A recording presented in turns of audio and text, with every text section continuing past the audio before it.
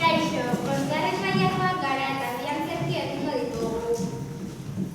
Bi antzerkiak hauek dira bere izena. Erregearen froga eta Hollywoodeko izarra. Lehenengo erregearen froga egingo dugu. Eta bigarrena Hollywoodeko izarra. Espero dugu asko gustatzea.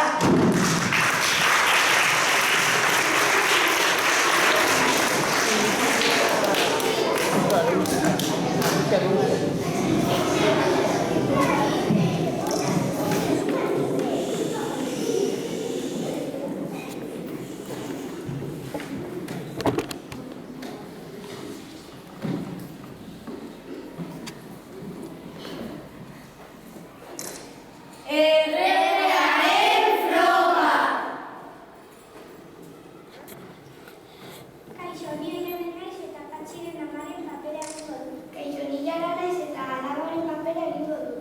Kaixo, ni Ana naiz eta Reginaren papera egingo dut. Kaixo, ni Noa naiz eta Ferminen arrebaren papera egingo dut. Kaixo, ni Benden naiz eta Patxiren aitaren papera egingo dut. Kaixo, ni Alan naiz eta Anderren papera egingo dut. Kaixo, ni Kevin naiz eta Ferminen anaiaren papera egingo dut. Kaixo, ni Arkaitz naiz eta Patxiren papera egingo dut. Kaixo, ni Bar naiz eta Ferminen papera egingo dut. Kaixo, ni Adrian naiz eta kontalariaren papera egingo dut. Kaixo, ni Mikel naiz eta erregearen papera egingo dut. Kaixo, ni Junior naiz eta Zendriaren papera egingo dut.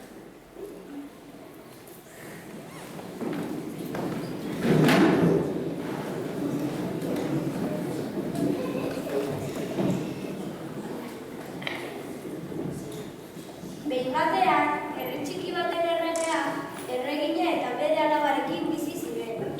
Erregea eta erregina zarzarrak ziren, eta bere jarduera handiena hurrengo erregea aukeratzea zen.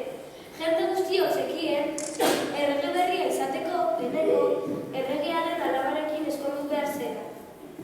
Alaba, okupatuko nago, eta du jolanik eserkaren lan egiteko inbari. Horrengo erregea aukeratzeko garaia egun. Baina, horrengo erregea nirekin ezkondu behar da. Honetan ere bete dut, alaba jo, zurekin ezkonduko den dizuen entzatzo esan behar da. Ez eta nik Ander maite dut eta Anderrekin ezkondu nahi dut. Eta pentsatu ere da ozen dartua, baina bai, argi eta maitekorra. Eta pentsatu ere horrengo erregea indartu esan behar da. Ez eta horrengo erregea gizon argi eta maitekorra izan behar da.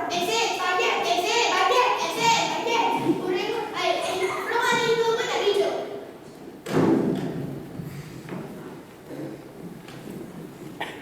Alabarekin ezkondu nahi zuten gizonak hiru ziren, Patxi, Fermin eta Ander.